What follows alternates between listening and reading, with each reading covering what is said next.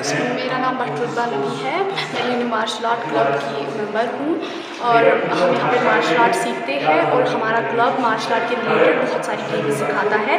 आज हमारे क्लब में पहली बार योगा का वर्कशॉप हो रहा है और आज के बाद हमारे क्लब में योगा से रिलेटेड जितनी भी सारी गेम्स होगी वो भी सिखाई जाएगी। तो इसके रिलेटेड हम JNK स्पोर्ट्स काउंसिल, JNK जो योगा काउंसिल है उसके बहुत ज़्यादा शुक्रिया हैं। क्या लगता है आपको त्राल की जो तालिबात है, लड़के या लड़के हैं, क्या इस जो नया सपोर्ट से एक आपके पास आया, क्या लगता है यहाँ त्राल के बच्चे हैं उसमें जुड़ेंगे? हाँ, आपने देखा कि बहुत सारे बच्चे आज भी आए, बहुत सारे स्कूल से आए।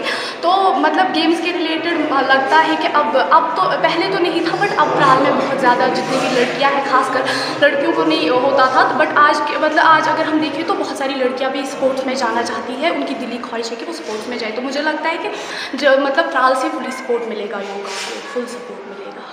तो आप एज ए लड़की, एज ए गर्ल क्या समझते हैं, कितना अहमियत है आपके लिए, कितना अहम है ये आपके? बहुत ज़्यादा, क्योंकि आज हम जो भी एग्ज़ाम देने जाते हैं, जो भी एग्ज़ाम होता है, हम जो सबसे बड़े एग्ज़ाम्स है, नीट होते हैं या जो UPSC जो भी एग्ज़ाम होते हैं, तो उनमें अगर आप आपको यहाँ में गेम्स खेलोगे तो आपको कुछ सर्टिफिकेट वगैरह मिलती है।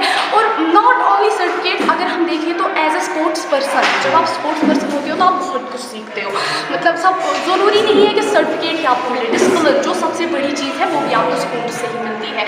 किससे किस तरह बात करनी है, किससे आपको मेहमान के साथ किस तरह बात करनी है, दूसरों के साथ किस तरह, या खासकर लड़कियों के लिए सबसे ज़्यादा सेल्फ डिफेंस। तो मुझे लगता है कि मार्शल आर्ट या जितनी भी गेम्स हैं, लड़कियों को सबसे ज़्यादा जाना चाहिए मार्शल आर्ट क्लब का founder Ahmad Feroz sports stadium Tral से बोल रहा हूँ। यहाँ पर काफ़ी टाइम से हम मार्शल आर्ट से रिलेटेड बहुत सारे डिसिप्लिनों की प्रैक्टिस कराते हैं।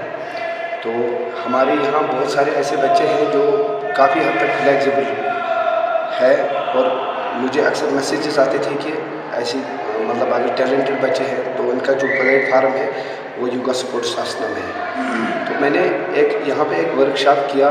मैं काफ़ी टाइम से खुद भी इसकी ट्रेनिंग ले रहा हूँ ताकि आने वाले टाइम में हमारे यहाँ त्राल से कुछ ऐसे बच्चे हैं जो फ्लेक्सिबिलिटी की नेक्स्ट लेवल में हैं, तो वो जाके नेशनल लेवल पे मेडल्स निकाल सके और आने वाले टाइम में हमारे त्राल से बहुत सारे बच्चों को यहाँ से और ट्रेन करें ताकि उनको एक अच्छा प्लेटफार्म मिल सके। नाज़रीन मोहतरम, अगर हम जनूबी कश्मीर के सब ज़िला त्राल की बात करेंगे, यहाँ पे खेल कूद के हवाले से कोई भी सहूलियात मौजूद नहीं थी, जिसकी वजह से यहाँ के जो बच्चे हैं मुख्तलिफ खेल कूद के सरगर्मियों से महरूम होते थे।